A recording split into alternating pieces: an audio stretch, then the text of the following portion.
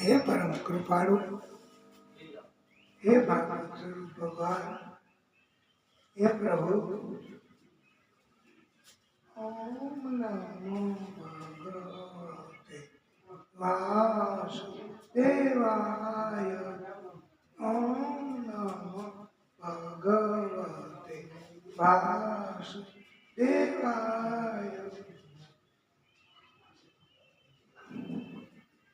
हे परमात्मा, ओम नमो भगवते वासुदेवाय।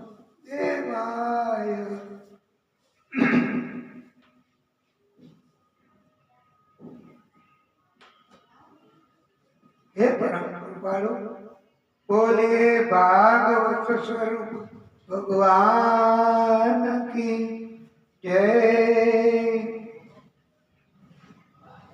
चिंता संतान अंतारो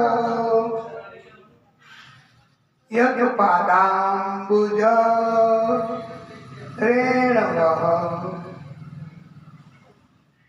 श्रियां तानि जार्यां प्रणामि मुहुर्मुहुः।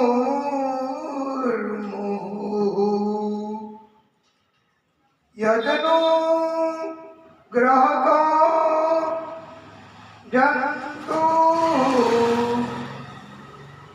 सर्वदुःख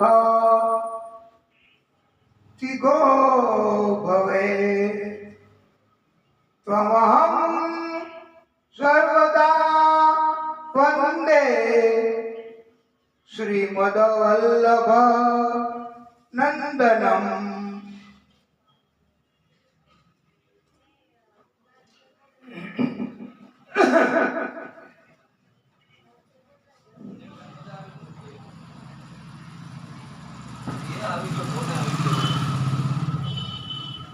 कहत हनुमंत विपति प्रभु सोई। कहत हनुमंत विपति प्रभु सोई। जब तव सुमिरन भजन न होई। આજે શનિવાર છે ને વાલા ભક્તો, હનુમાનજીનું સ્મરણ કે હનુમાનજીએ એવું કહ્યું છે કે હે પ્રભુ, આપનું ભજન આપનું સ્મરણ ન થઈ શકે તો એ મોટી મુશ્કેલી છે પ્રભુ। राम नाम ही सत्य है, श्री सीताराम। राम नाम ही सत्य है, श्री सीताराम। सीताराम सीताराम सीताराम, श्री सीताराम।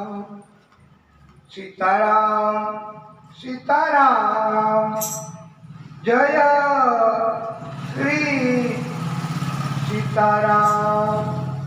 सीताराम सीताराम, जय श्री सीताराम। राजन के महाराजा रघुपति राघव राजी राम। राजन के महाराजा राजा रघुपति राघव राजा राम। सीताराम सीताराम सीताराम, जय सीताराम। रघुपति राघव राजा राम।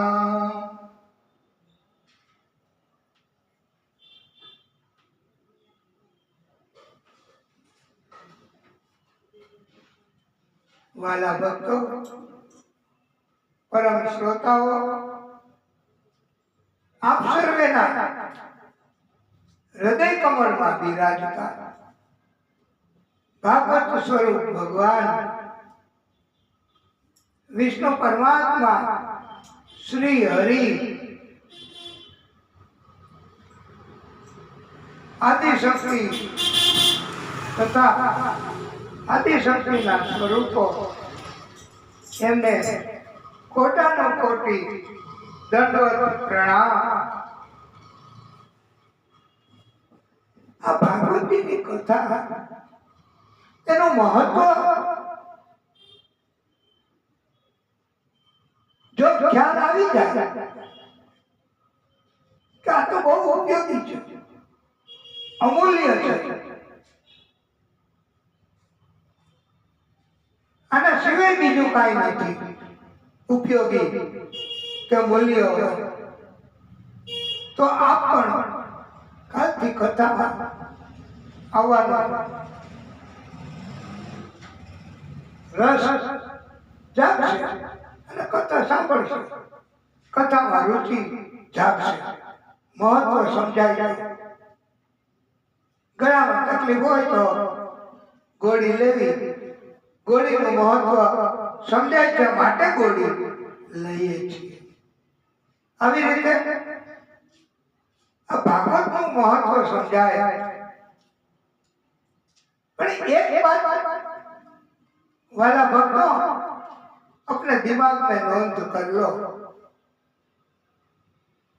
कि भागवतीનું એવું મહત્વ છે કે કથાનો વિચાર આવે સાંભળવા જવાનો, આયોજન કરવાનો, સેવા કરવાનો, કથામાં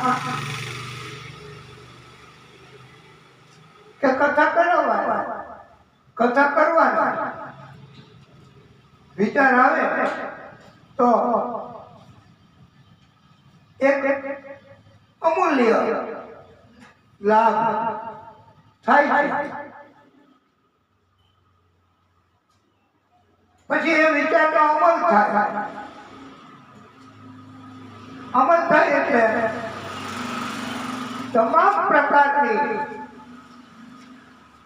ઈચ્છાઓ એ પૂરી થાય છે.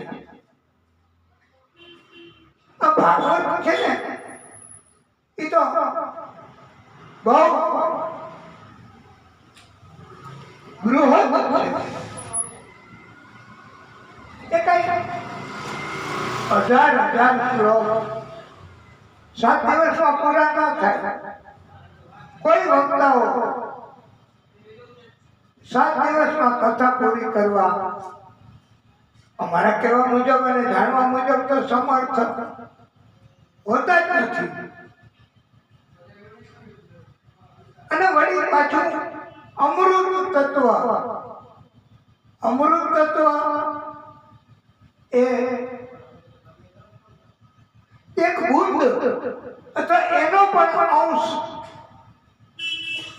જો મળી જાય પાન કરવા તો એની અસર પૂરેપૂરી થાય. આવી રીતે આ ભાગવત એ 7 દિવસમાં જેટલું થઈ શકે એટલું કરવું, બસ એનું નામ ભક્તિ. એવો વિચાર આવે કે કથામાં જાવું છે અને મહત્વ સમજાય જાય તો બીજે દીએ કથામાં આવવાની ઈચ્છાઓ જાગશે. ભાગવત એ કોઈ કોર્સ નથી હો, જેમ શિક્ષક નિશાળમાં ભણાવે વિદ્યાર્થીઓને કે આ ઇતિહાસ, આ વિજ્ઞાન, આ વિષય એ આટલો લાંબો કોર્સ છે, એમાંથી પરીક્ષા લેવાશે. આ ભાગવત છે એ કોઈ કોર્સ નથી. એ જેટલું થાય એટલું બસ. પછી તો કથામાં આવે છે મહત્વ ભાગવતનું કે એક જ શ્લોક જો થઈ જાય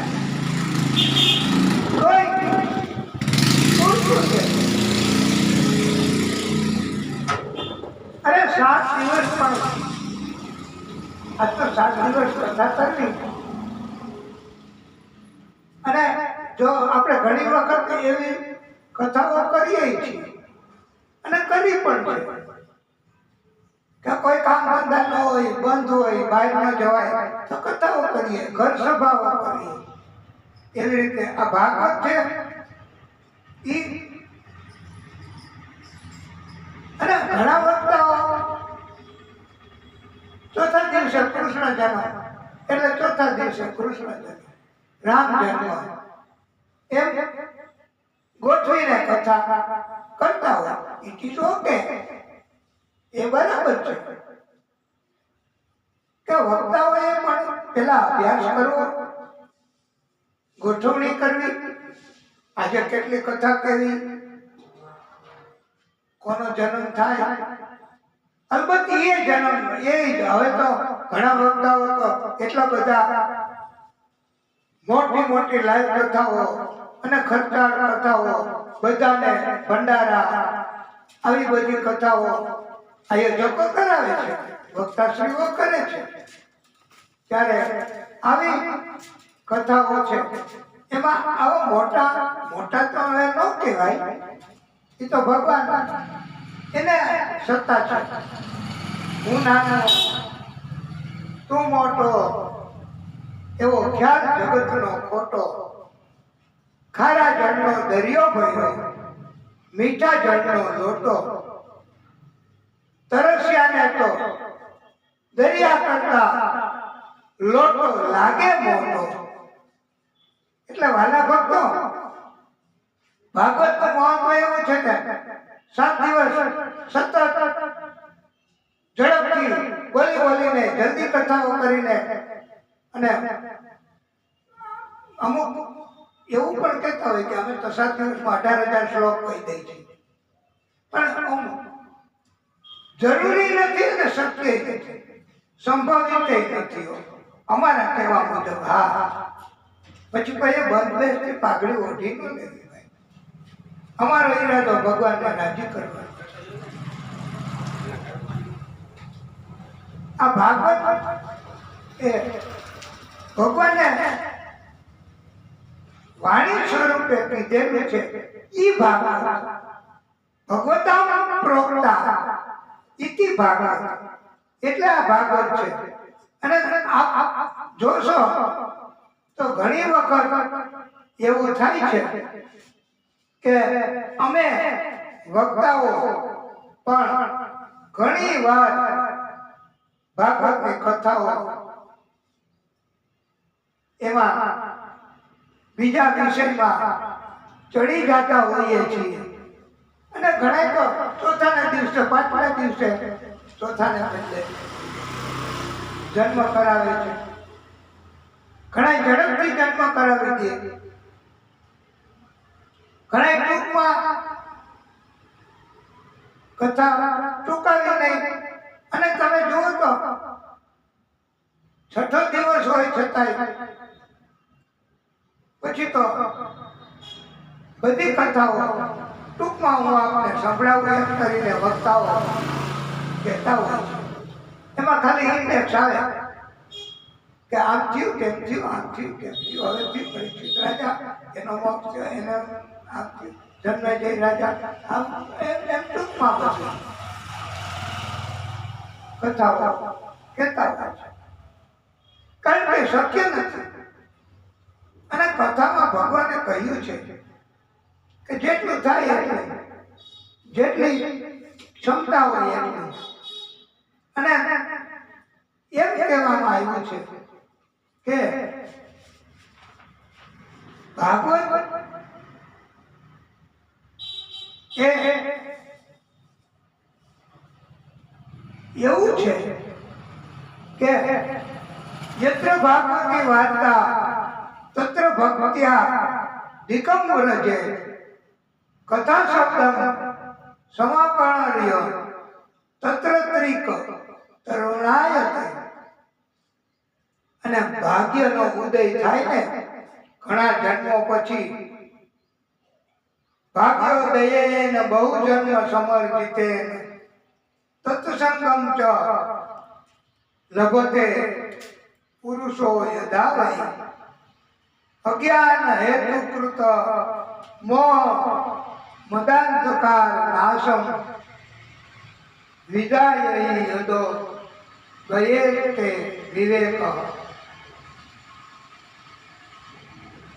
અને ભાગવત એ ન ગંગા ન ગયા કાશી પુષ્કરમ ન પ્રયાગ સુખ શાસ્ત્ર કથાયા ફલે ન સમતા નયે.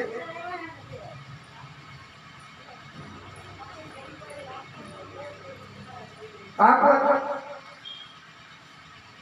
એમાં આપણે બધા મનુષ્ય બે પ્રકારના કર્મ કરવા જાય, પ્રભુ તરફના અને જગત તરફના. જગત તરફના કર્મ કરવાને બદલે પ્રભુ તરફના જો આપણે કરીએ કર્મ તો એ પરમ કૃપા પ્રાપ્ત થાય છે. જગત શું આપે? અને એમ કહેવામાં આવ્યું છે સુખ મેં તેરે सुख में तेरे साथ करेंगे.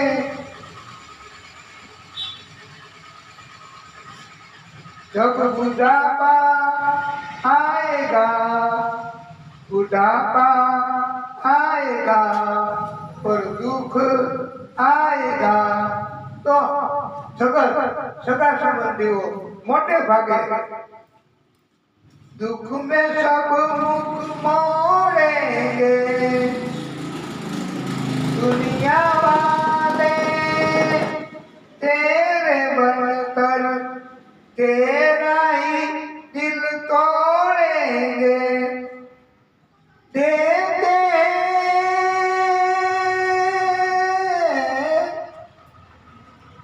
दे दे भगवान को धोखा इंसान को क्या छोड़ेंगे. એટલે કર્મ કરો, સતત પ્રભુના શરણમાં જ રહો તો પ્રભુ પોતાનામાં સમાવી લેશે. પ્રભુની કૃપા. અને ભાગવત એવું છે કે કાગડો કોયલ બની જાય ભાગવતજીના સંગમાં, પાપી પણ પલમાં સુધરી જાય ભાગવતજીના સંગમાં. ભાગવતજીના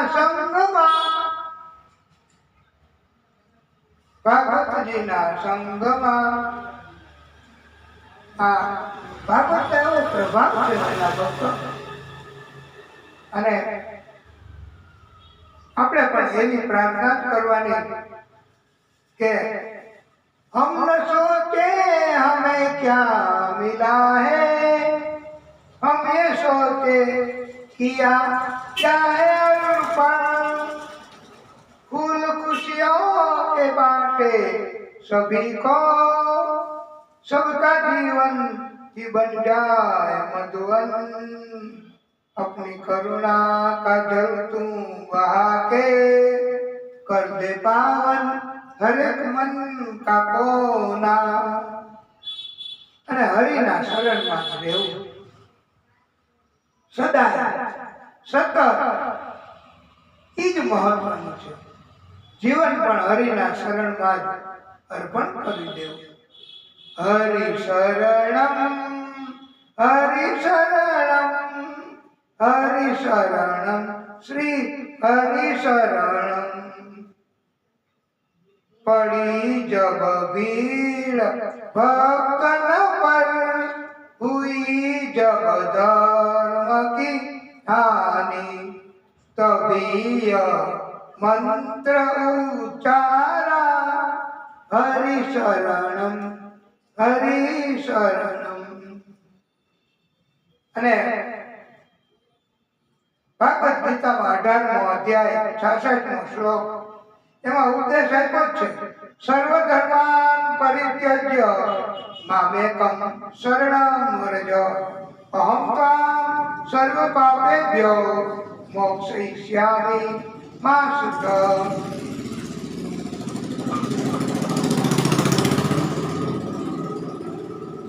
એટલે अमृत है हरि नाम जगत में, इसे छोड़ विषय विष पीना क्या, हरि नाम नहीं तो जीना क्या, हरि नाम नहीं तो जीना क्या.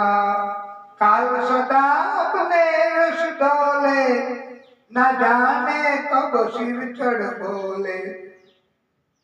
इसलिए मेरे भाई हरि का नाम जपो निस दिन, इसमें अब बरस महीना क्या. આવતા વર્ષે કરશું, આ વર્ષે કરશું. આજે શનિવાર છે, કથા ન કરાય, પણ હનુમાનજી કરાતી છે ને, એટલે આ બધું આમાં પડવાને બદલે સતત સદાય ભગવાનનું ભજન, કીર્તન, કથા કરવી, સાંભળવી, એમાં કોઈ જાતની પાબંદી નથી. અને ભગવાન તો રાજી જ છે.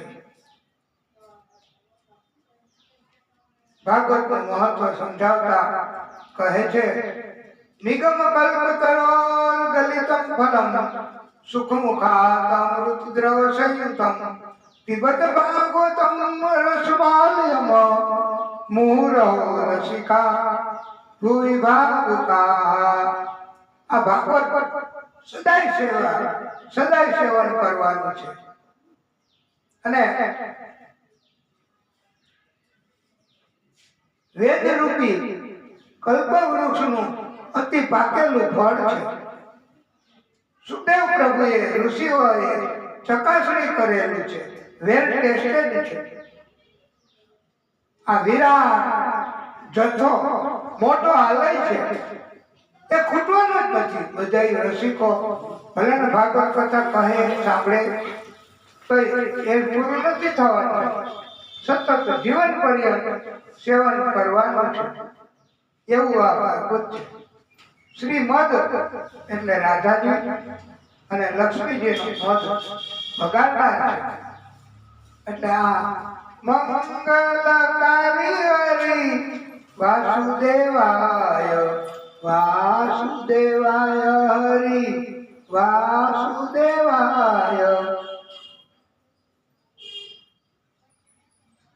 ભાગવતની કથા કેવી સાંભળવી, એ મોટામાં મોટો સત્સંગ કહેવામાં આવ્યો છે.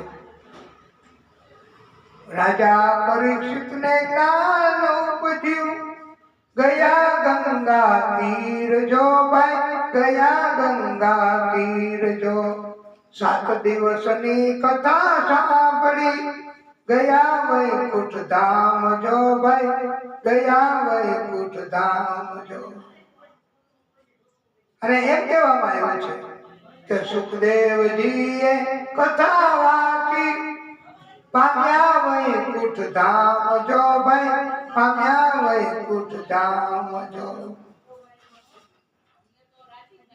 અને પ્રભુ પધારે છે ભાગવતની કથા હોય ત્યાં. અને પ્રભુ પધારે એટલે ખબર પડી જાય. ભક્તો કહે છે, મારી શેરીએથી કાલ કુંવર આવતાર લોલ, મુખેથી મોરલી વગાડતાર લોલ. અને એમ કહેવામાં આવ્યું છે કે પ્રભુ પધારે આપણા હૃદયમાં. આપણે કથા સાંભળીએ, કથા કહીએ ત્યારે, અને કથાની ઘડી આ આપણને પ્રાપ્ત થઈ છે. કહેવાનું, સાંભળવાનું અને સેવન કરવાનું. તો ધન્ય આજની ઘડી તે રળિયામણી, હારે ધન્ય આજની ઘડી તે રળિયામણી. એ મારો વાલજી પધાર્યાની વધામણી જીરે, આજની ઘડી તે રળિયામણી.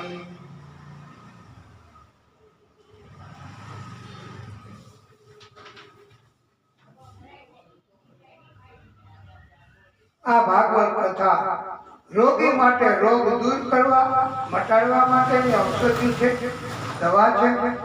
કથાથી રોગનો નાશ થાય છે તથા જેને રોગ દરજ કથા સાંભળશે તો આયોજન કરશે તો રોગ લાગુ જ નહીં પડે. કલ્યાણકારી કથા છે જેને રોગ ક્યારેય લાગુ નથી પડવાની સંભાવના. એવા સંતો તપસ્વીઓ એને માટે આ ઔષધિ રસાયણ સ્વરૂપ છે. કલિયુગમાં આખી દુનિયામાં 90% લોકો દુઃખી હોય છે, દર્દ હોય છે, બધાને સર્વાર્થ સિદ્ધ હોઈ શકે છે. કોઈ ચમત્કાર દિવ્ય બીજાનું કષ્ટ દૂર નહીં કરી શકે. માટે અંધશ્રદ્ધામાં ચમત્કારમાં માનવું નહીં. અને પ્રભુએ જે કર્યું છે એની લીલા એ તો જુઓ. દાડમમાં પડે દાણા ગોઠવા અને આ કોણે આવી સુંદર રચના કરી આખી પૃથ્વીની, આ બધા જીવોની? એ કોઈ કરી ન શકે, કોઈ કરી ન શકે. એટલે અને એક જ વાક્યમાં કહેવામાં આવ્યું છે કે પરોપકારાય પુણ્યાય પડપીનમ પાપાય. પરોપકાર કરવો એવું કહ્યું છે. અને ભલા કિસી કા કર ન સકો તો बुरा किसी का मत करना, खुशबू नहीं बन सकते तो तुम कांटे बनकर मत रहना. અત્યારે તો કળિયુગમાં અસર નથી થતા. સગી દે એને ભાગ લઈ લીધો હોય, પેલા ભાગ પડ્યા હોય ત્યારે, અને પછી પાછું બીજી વારે હું તમને સુખી નહીં થવા દો, તમને સહી નહીં કરી દો, એને ભાગ તમને મળે એમાં રાજી નથી. તો આવું કળિયુગમાં હોય છે પહેલા ભક્તો. એટલે બહુ ધ્યાન રાખવા. એટલે કળિયુગમાં એમ કહેવામાં આવ્યું છે કે જેને શ્રદ્ધા નથી એ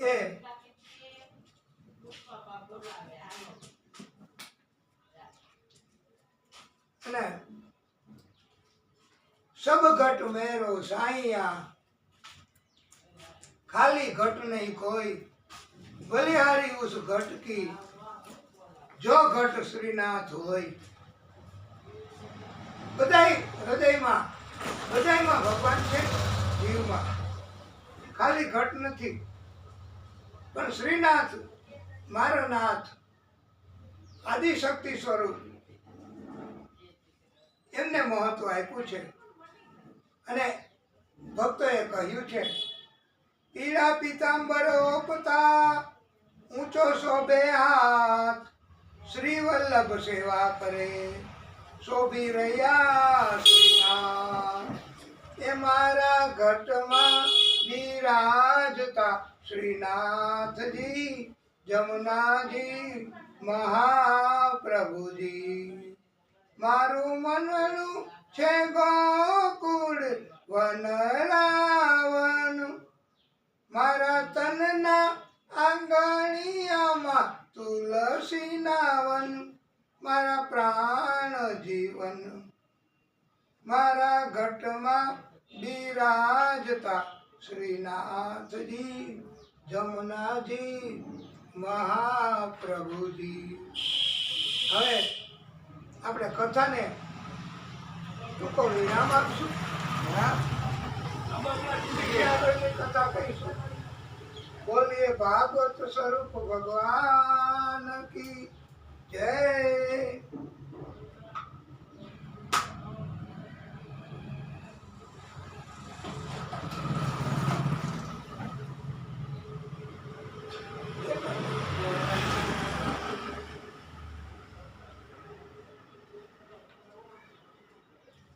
કાંઈ એનું